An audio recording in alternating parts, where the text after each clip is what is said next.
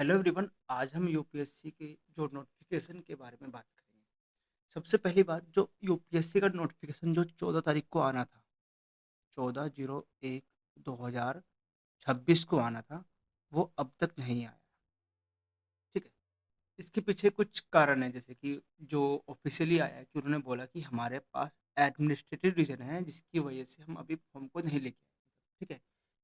कुछ का मानना है कि जो कोविड के टाइम में या जो लॉकडाउन के टाइम में क्या हुआ था, कुछ लोग एग्ज़ाम नहीं दे पाए थे, तो उनकी पिटीशन थी। तो अब ही उनको एक मौका मिलेगा ग्रेस टाइप में कि वो अपना एग्ज़ाम दोबारा से एक अटेम्प्ट और मिल जाएगा उन्हें।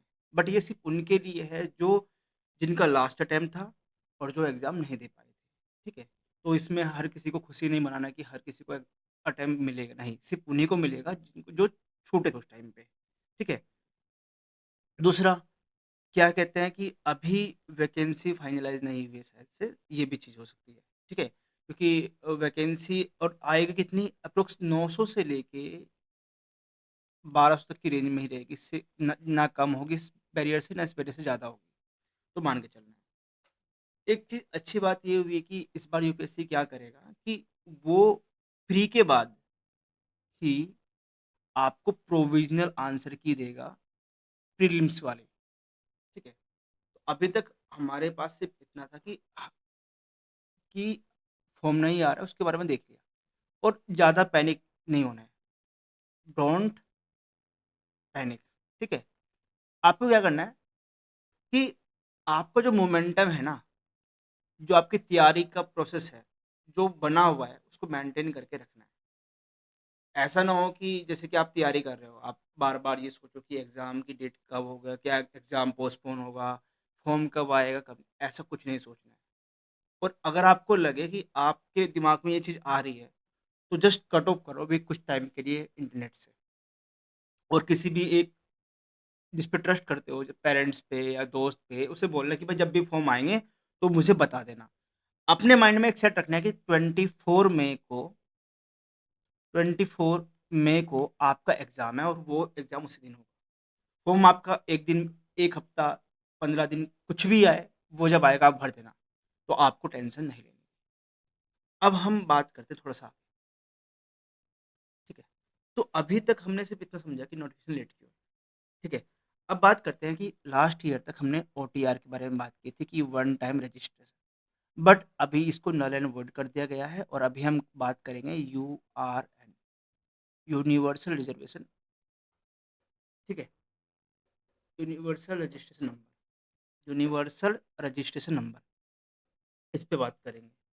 ऐसा क्यों है? अभी हमने लास्ट ईयर कुछ न्यूज़ सुनी थी, जैसे पूजा खेड़ करके नाम से सुनी थी या कुछ और न्यूज़ सुनी थी कि उन्होंने अपने डॉक्यूमेंट का मिसयूज़ किया था, ठीक है? या अपनी पोस्ट का। तो सिस्टम ने क्या किया है कि कोई भी ऐसा इंसान सिस्टम में ना आ सके जो कि किसी और के हक को खाए, समझ रहे हो ना? तो उन्होंने सिस्टम को ज़्यादा मजबूत करने के लिए यूआरएन को लेके आए। हाँ, जब हम फॉर्म भरेंगे तो हमें लग सकता है कि लाइक अ, अननेसेसरी चीज़ें हैं। पेरेंट्स के बारे में पूछ लिया, ठीक है? तो हमें लगा कि यार पेरेंट्स के बारे में क्यों पूछा है?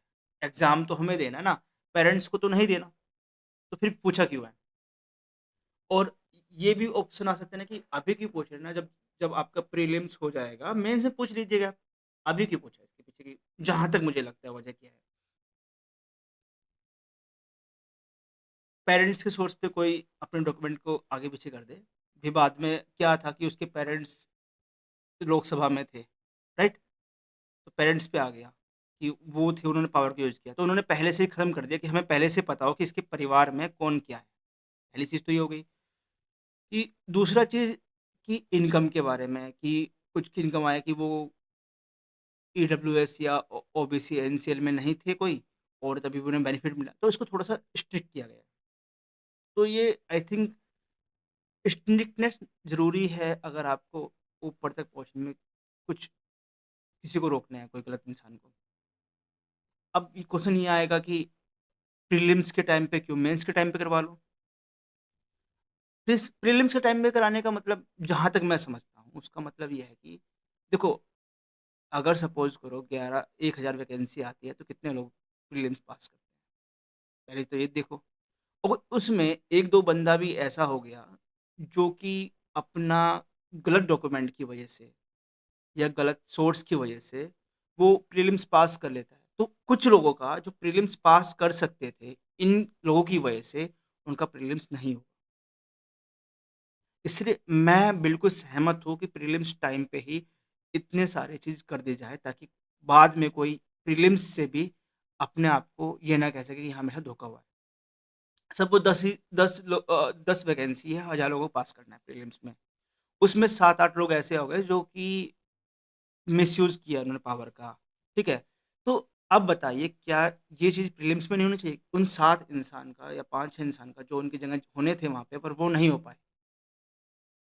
इसलिए मैं पूरी तरह सहमत हूँ कि प्रीलिम्स के टाइम पर ही इस तरह की चीज़ें सरकार ने की।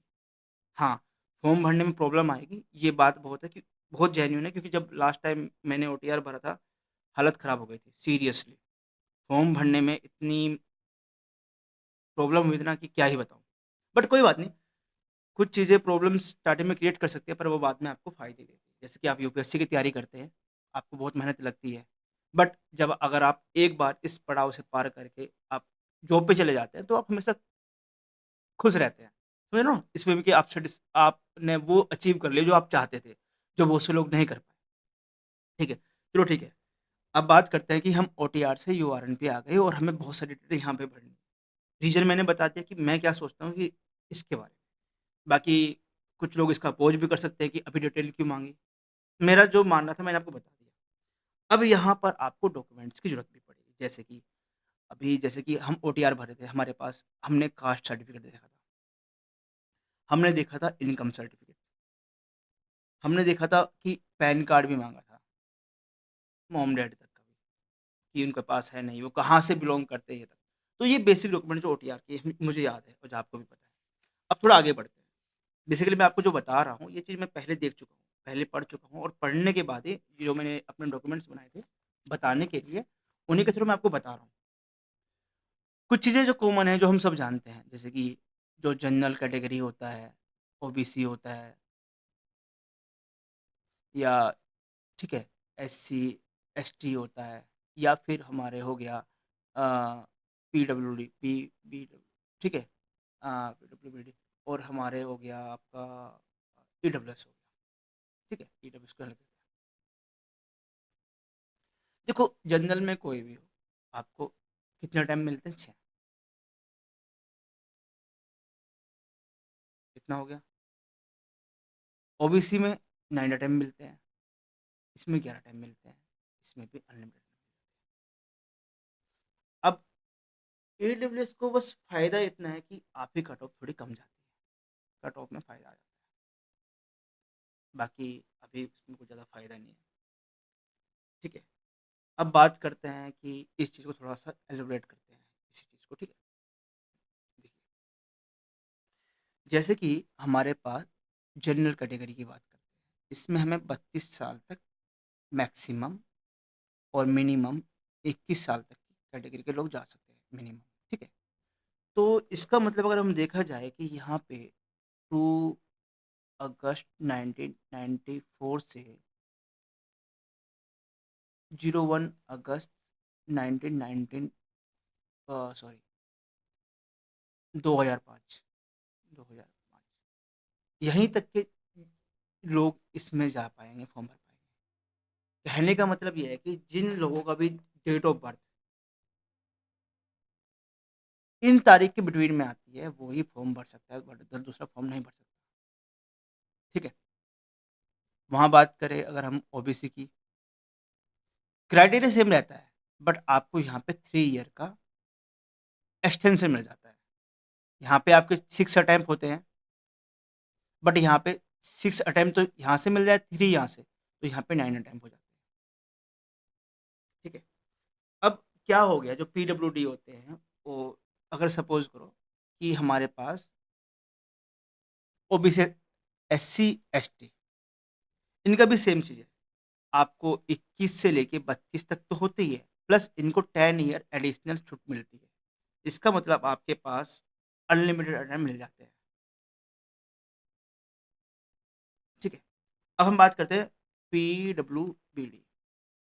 ये इनको छूट मिलती है, जैसे कि सपोज़ करो मेरा जनरल का कैंडिडेट है, ईडब्ल्यूएस का कैंडिडेट है या ओबीसी का। इनके लिए पूरे के पूरे 9 अटेम्प्ट होते हैं यहाँ पर, जो पीडब्ल्यू कैटेगरी के अंदर आते हैं।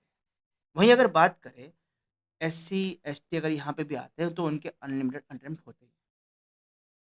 बट यहाँ पे ये हो जाता है कि इनकी एज को थोड़ा-सा बढ़ा देते हैं। सपोज़ करो जैसे कि 32 प्लस 10 यानी कि 42 इयर्स तक ये लोग फॉर्म भर सकते हैं। ठीक है? अभी हमने पीडब्ल्यूडी समझ लिया। यहाँ तक कोई दिक्कत नहीं, आगे देखते हैं। ठीक है? यहाँ तक देखा एज के बारे में। अब हम बात करते हैं ओबीसी, एनसीएल के बारे में। देखो, जो लोग ओबीसी सीएल में आते हैं, उन्हें ओबीसी का कोई भी बेनिफिट नहीं मिलता है। बस उनकी जो पोस्ट जाएगी मतलब मिलेगी, उन्हें मिलेगी ओबीसी के अंदर से ही, बट उनकी कट ऑफ थोड़ी हायर लेवल पे रहेगी। जैसे कि वो कहते हैं जनरल के इक्विवेलेंस मान लो। अब क्या हुआ, एनसीएल की बात करें। देखो ओबीसी, एनसीएल मतलब नॉन क्रीमी लेयर। ये हम बेसिक फंडा मान लेते हैं कि 8 साल 8 लाख पर एनम। इससे ज़्यादा तुम्हारी इनकम नहीं होनी चाहिए। ये मैक्सिमम इनकम है, इससे कम नहीं होनी चाहिए। यानी कि मैक्सिमम तुम यहाँ तक तुम्हारी इनकम होनी चाहिए। इसमें आपकी जो सैलरी होती है, अगर आप खुद से काम कर रहे हैं या फिर आपकी एग्रीकल्चर इनकम है या फिर आपका रेंट आता है, वो इसमें इंक्लूड नहीं होता है। ठीक है? यहाँ तक बात आई। अब ये बात करते हैं कि जब हम ओबीसी का सर्टिफ़िकेट बनाते हैं, जब हम ओबीसी का सर्टिफ़िकेट बनाते हैं, तो क्या होता है? देखो, ओबीसी का सर्टिफ़िकेट बन जाएगा, जैसे कि हम जन सेवा केंद्र होते हैं, जन सेवा केंद्र। अगर आपका पहले से डॉक्यूमेंट बना हुआ है, तो आपके पास आपको वहाँ पे जाना है, अपना डॉक्यूमेंट देना है, एक आधार कार्ड देना है, फ़ोटो ले सकते हो और साइन जो होना होगा। बस इतने काम से आपका जन सेवा केंद्र बन जाके आपका ओबीसी एनसीएल बन जाएगा। जब आप ओबीसी एनसीएल बनाते हो, आपको ये बात कहना पड़ेगा उनको कि मुझे सेंट्रल गवर्नमेंट के बेस पर मुझे अपना ओबीसी सर्टिफ़िकेट चाहिए। उसपे लिखा होगा शायद से कि जहाँ तक मुझे आता है कि for the post of Indian government, for the post of Indian government इस टाइप कुछ लिखा होगा।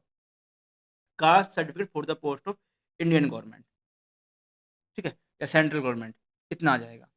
अब इसी ओबीसी सर्टिफिकेट में आपका इनकम सर्टिफिकेट भी इंक्लूड होता है, इनकम सर्टिफिकेट भी इंक्लूड होता है। जब आपका एनसीएल बनेगा ना ओबीसी तो वो साथ में ये भी बन जाएगा।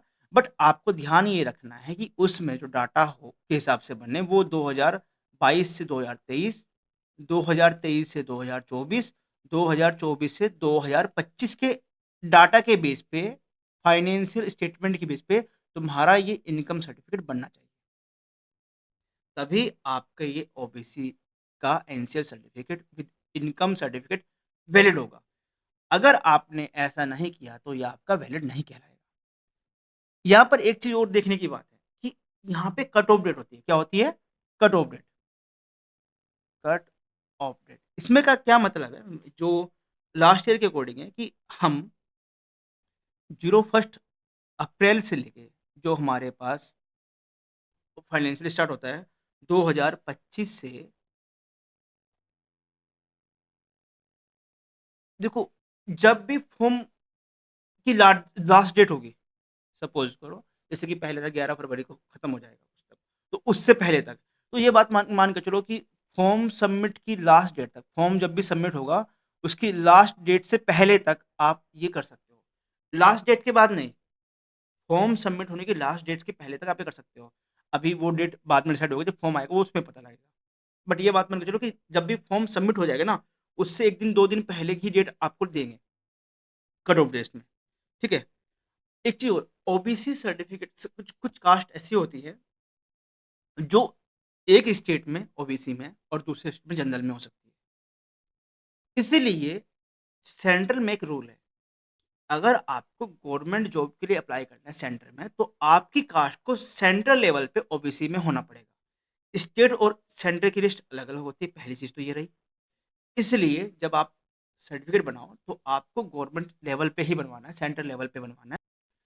अब हम देखते हैं कि फॉर्म के बारे में, जैसे कि आप कोई भी फॉर्म बनवाते हो, कैसे बनवाना है, वो हम सब देखेंगे धीरे-धीरे।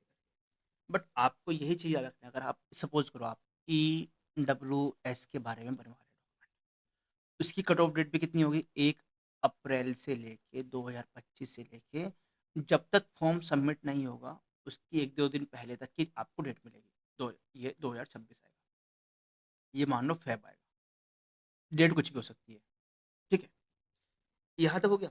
अब एक चीज़ और देखने की है, जब आपको ईडब्ल्यूएस का सर्टिफ़िकेट बनवाना होता है, तो आपको यहाँ पर asset certificate plus income certificate, ये दोनों आपके पास होने चाहिए। फाइनेंशियल ईयर कितना होगा इसका? वही 2024 से 2025 इसमें है। यहाँ तक ठीक है। अगर आप बात करते हैं कि आप हैं हमारे एससी हो, एसटी हो, तो यहाँ पे इनका कास्ट इनकम सर्टिफ़िकेट अभी तक कुछ नहीं है, बस आपको कास्ट सर्टिफ़िकेट दिखाना है, ठीक है?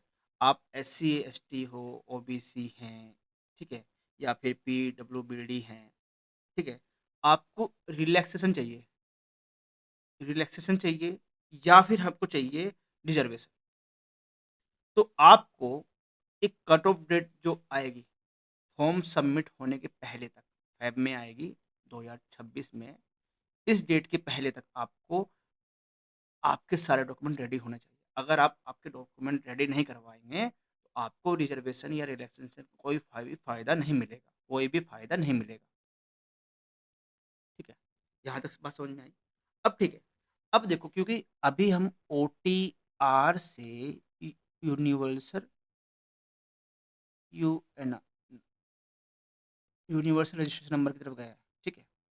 अब यहाँ से क्या होता है कि आपको कुछ चीज़ देखनी पड़ेगी। देखो डॉक्यूमेंट के तो आपको बेसिक मैं बता ही देता हूँ कि अभी से ही बाद में बताएँगे कि आपके पास 10th की मार्कशीट, 12th की मार्कशीट और आपके पास ग्रेजुएशन की मार्कशीट होनी चाहिए।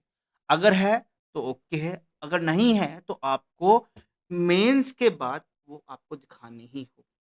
आप मेंस तक अगर आप परस्यूइंग हैं, अपीयरिंग कर रहे हैं, तो कोई दिक्कत की बात नहीं है।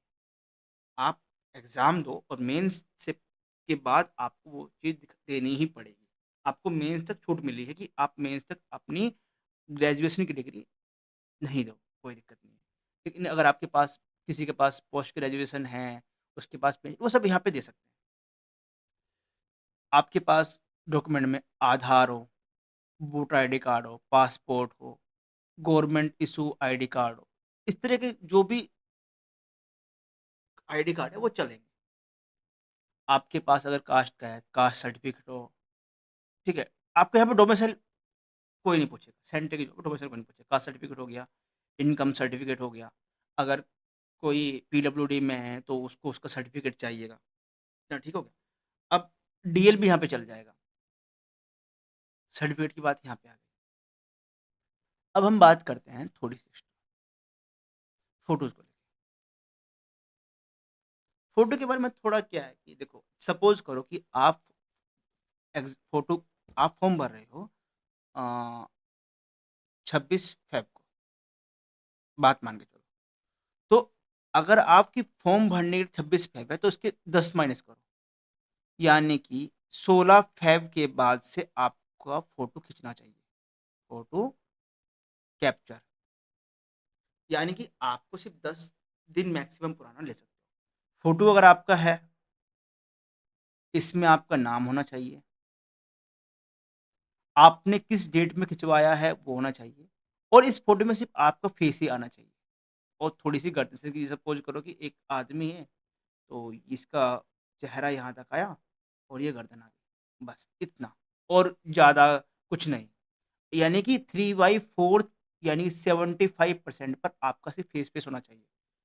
एक बात और, जब आप फ़ोटो खिंचवाओगे ना, तो उस टाइम आप जैसे दिखोगे, सपोज़ आपने दाढ़ी रखी है, आपने चश्मा लगाया है, गॉगल नहीं लगाते ना, ये नॉर्मल, जिसमें आपकी ये आँखें दिखाई देनी चाहिए सही से, तो आपको सेम कंडीशन में ही, सेम हेयर कट में ही आपको इंटरव्यू, मेंस और प्रीलिम्स में जाना है। ये चीज़ रखना है। अब फ़ोटो का साइज़ क्या हो, ये भी देखना पड़ेगा। 20 टू 300 केबी के बीच में आपके पास साइज़ होना चाहिए। ये हो गया आपका, ठीक है?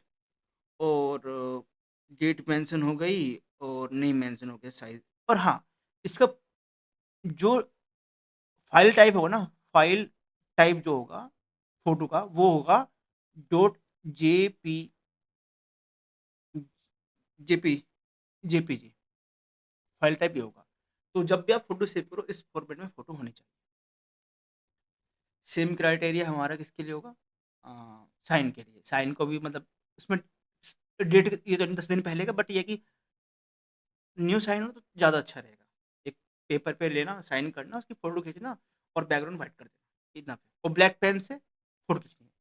साइन सिग्नेचर करेंगे हम ब्लैक पेन से व्हाइट पेपर पे, बस। और बैकग्राउंड व्हाइट होना चाहिए। यहाँ तक हो गया। अब यहाँ पर जैसे कि दूसरी बात करते हैं। अभी हम सिर्फ़ एक ओवरव्यू ले रहे हैं। जैसे कि पार्ट अगर सेकंड की बात करें, यहाँ पे पेपर एंड ऑल के बारे में बताना पड़ेगा। पार्ट थर्ड में हमारा क्या है कि आपको डेप्थ के बारे में, ये आप बाद में भी एडिट कर सकते हो, कोई दिक्कत नहीं है। पार्ट 4 में आप क्या करेंगे, आप फीस देंगे, जिनको फीस एप्लीकेबल है, फ़ोटो यहीं पे होगा, साइन यहीं पे होगा और सेंटर आप यहीं पे ऐड करेंगे पार्ट 4 में। इतना हो गया। अपीयरिंग, हाँ, अब मैं आपको एक चीज़ बताता हूँ। देखो, बहुत से लोग स्टूडेंट ऐसे होंगे जो जो अपना यूजी यानी कि अंडर ग्रेजुएशन यानी कि ग्रेजुएशन की डिग्री कर रहे होंगे। और जनरली क्या होता है कि जब हम ग्रेजुएशन में होते हैं, जून में तक एग्ज़ाम होता है अप्रॉक्स, और अगस्त के आसपास तक हमें मार्कशीट आती है, ठीक है? और अगर वो अपीयरिंग में है और मार्कशीट नहीं आई तो क्या? तो हमारे लिए यहाँ पे क्या है कि आप मेंस के एंड तक, जब आपके डेप के फॉर्म आते हैं इंटरव्यू के लिए, तब तक अगर आप अपने ग्रेजुएशन की मार्कशीट नहीं शो करेंगे तो कोई दिक्कत की बात नहीं है। यानी कि इस बार क्या है, 21 अगस्त को हमारा मेंस स्टार्ट हो रहा है। यानी कि आप ये बात मान के चलो कि आपको अगस्त सितंबर के आसपास आपको अपनी मार्कशीट शो करनी है। तो आपके पास प्रॉपर टाइम मिल जाएगा कि अपनी मार्कशीट को दिखाने का। तो आप इस बात से बिल्कुल टेंशन में मत रहिए कि आपको एग्ज़ाम देने में कोई प्रॉब्लम आएगी या एग्ज़ाम टाइम में कोई दिक्कत होगी। हाँ, आप बाद में अपना क्या कर सकते हैं कि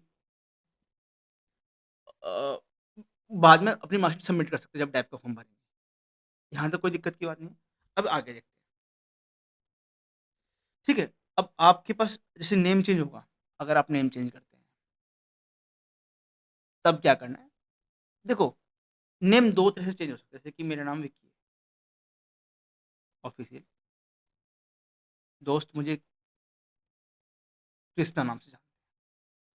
अगर मैं अपने नाम को पूरा ड्रास्टिकली चेंज कर देता हूँ, तो इसके लिए एक अलग प्रोसेस होगा।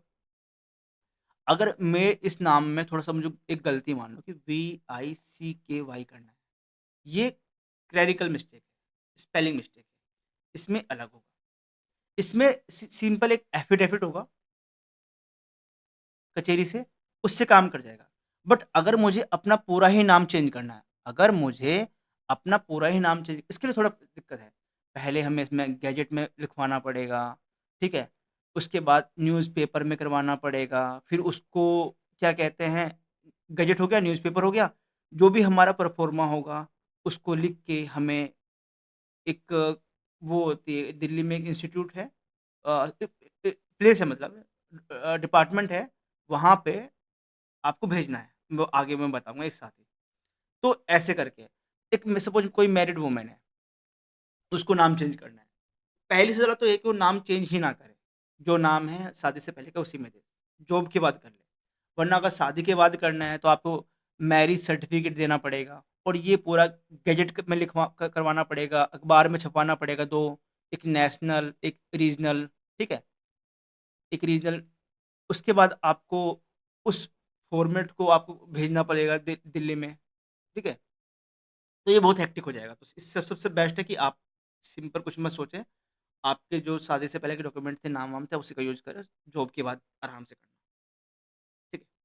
और अगर आपके नाम में कुछ गलती हो जाती है ना, तो आपको सिर्फ़ 7 दिन का टाइम मिलेगा। वो भी फॉर्म भरने के बाद, जो विंडो ओपन होगी उस टाइम पे। तो यहाँ तक ये भी खत्म हो गया हमारा।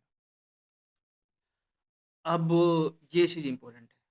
देखो, अभी क्या था, हमारा ओटीआर था, दोबारा चीज़। ओटीआर को कहा, उसके बाद हमारा यूनिवर्सल रजिस्टर नंबर आ गया, ठीक है? ये कब आया था हमारा? 28/5/25 से। ये खत्म कर दिया, ये आ गया।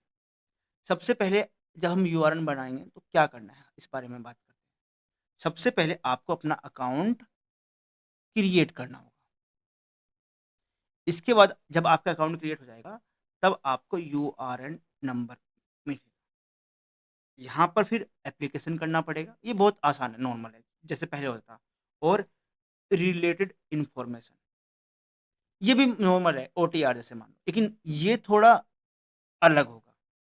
जैसे कि हमने ओटीआर भरा था, तो पहले ओटीआर के लिए हमने क्या दिया था वहाँ पे, अपना ईमेल दिया था और हमने दिया था फ़ोन नंबर। दोनों को रखा, दोनों पे ओटीपी आया, ओटीपी डाला, कैप्चा डाला, हमारा ये वेरीफाई हो गया, राइट? इसके बाद एक नेक्स्ट विंडो ओपन हुई थी हमारी, जहाँ पे थोड़ी बेसिक डिटेल करनी थी। और ये जो बेसिक डिटेल होती है, बेसिक डिटेल जो होती है, कांट चेंजेबल, यानी कि ये बाद में चेंज नहीं हो सकती। इसीलिए इसको बहुत ध्यान से पढ़ना है, ठीक है? अब दोबारा मैं डॉक्यूमेंट एक बार और बता देता हूँ। आपको चाहिए 10th की मार्कशीट, 12th की मार्कशीट, ग्रेजुएशन की मार्कशीट, पीजी की मार्कशीट अगर है तो चलेगा, ये ऑप्शनल है, ठीक है? पीएचडी जो भी होती है वो सब आपकी ऑप्शनल है। इसके बाद आपके पास आधार कार्ड हो, वोटर आईडी कार्ड हो, कुछ हो, ये भी आपके पास होना चाहिए। सबसे बेस्ट है कि अगर आप आधार कार्ड यूज़ कर रहे हो, तो आपके पास उस जिस नंबर से वो रजिस्टर्ड है, वो फ़ोन नंबर भी होना चाहिए। ऐसा क्यों? क्योंकि भाई ओटीपी आएगा बार-बार। ओटीपी आएगा बार-बार, आप किसी और के पास आपका नंबर होगा, आपके पास उस सामने वाले पर्सन को तुम भी माँगते-माँगते। इसलिए ये पॉसिबल करना है कि नंबर तुम्हारे पास हो, ताकि जितनी बार भी ओटीपी आए, वो तुम्हें मिले। जैसे कि आप क्या करोगे, आप यहाँ पर कम से कम आपको 7 से 8 बार एप्रोक्स ओटीपी आएगा, कम से कम की बात कर रहा हूँ। इसलिए आपके पास फ़ोन होना चाहिए। आपको लॉगिन भी करना होगा यूआरएन को, ठीक है? ये भी इसलिए करना पड़ेगा। आपके पास फ़ोन नंबर हो तो ज़्यादा बेस्ट है, आप प्रॉब्लम से बच जाओगे। इसके बाद आपके पास जिससे आप फॉर्म भर रहे हो, उसमें आपके पास फ़ोटो कैप्चर करने का ऑप्शन होना चाहिए।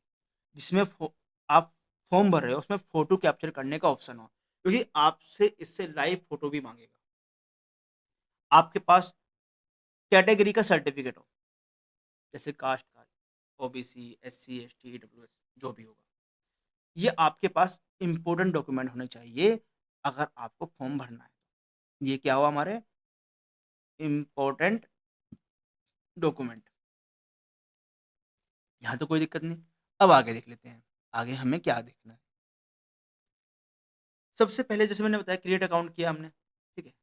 अब मैं एक-एक चीज़ को आपको बड़े आराम से बताऊँ, क्योंकि अभी फॉर्म तो मैं दिखा नहीं सकता, पर जो-जो चीज़ आएगी वो बताता हूँ। जैसे कि हमारे पास आ गया क्रिएट अकाउंट।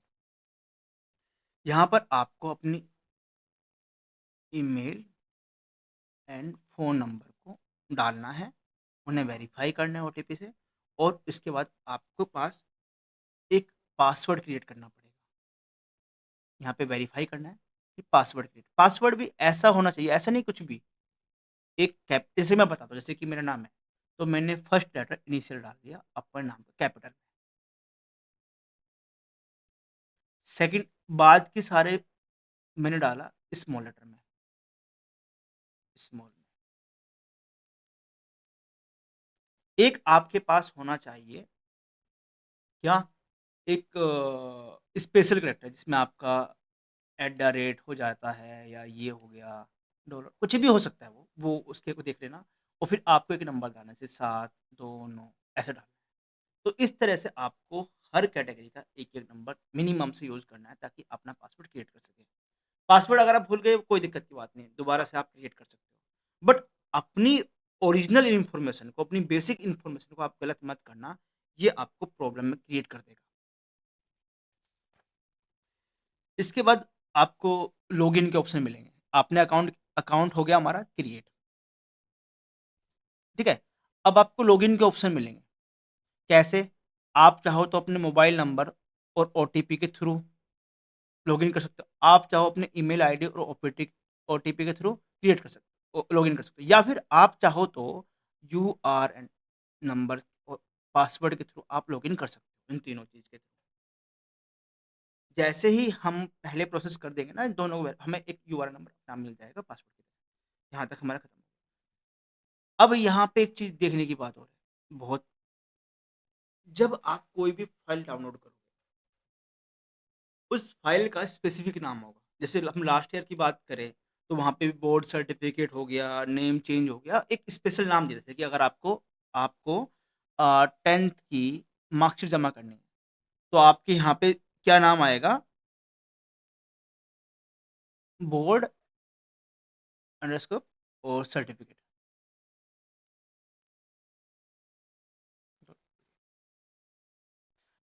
अगर आपको नाम चेंज करना है,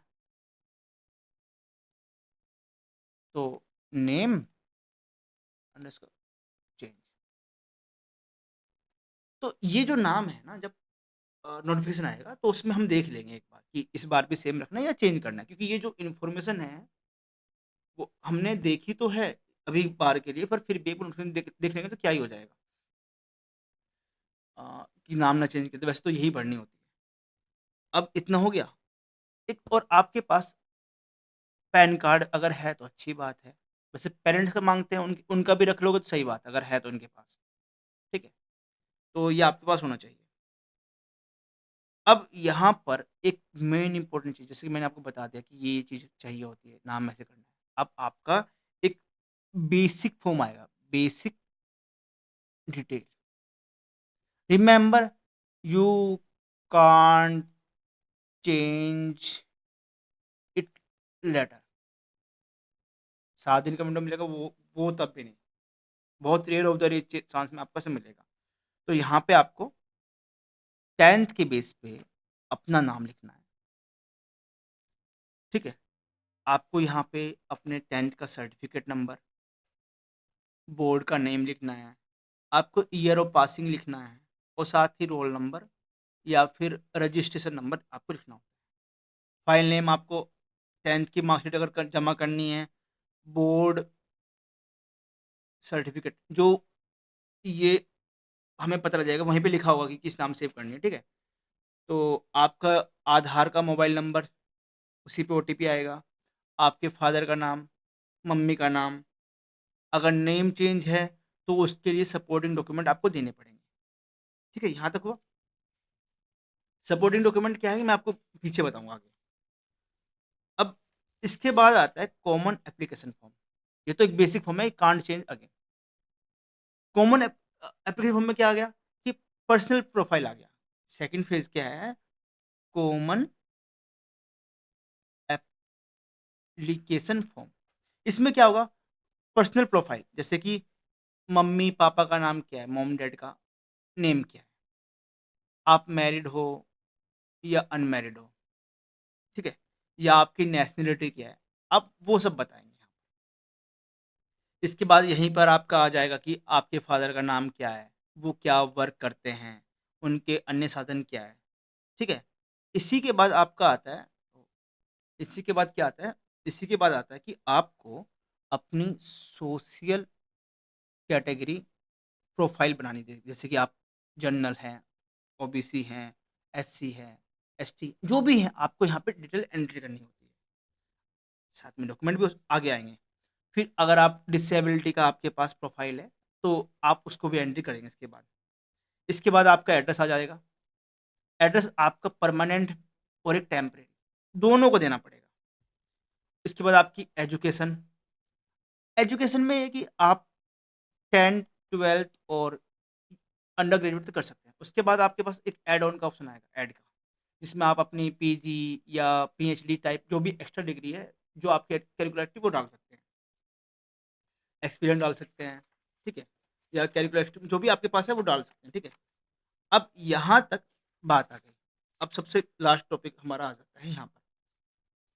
फॉर्म खत्म होने ही वाला है जनरली, ये वाला फर्स्ट पार्ट।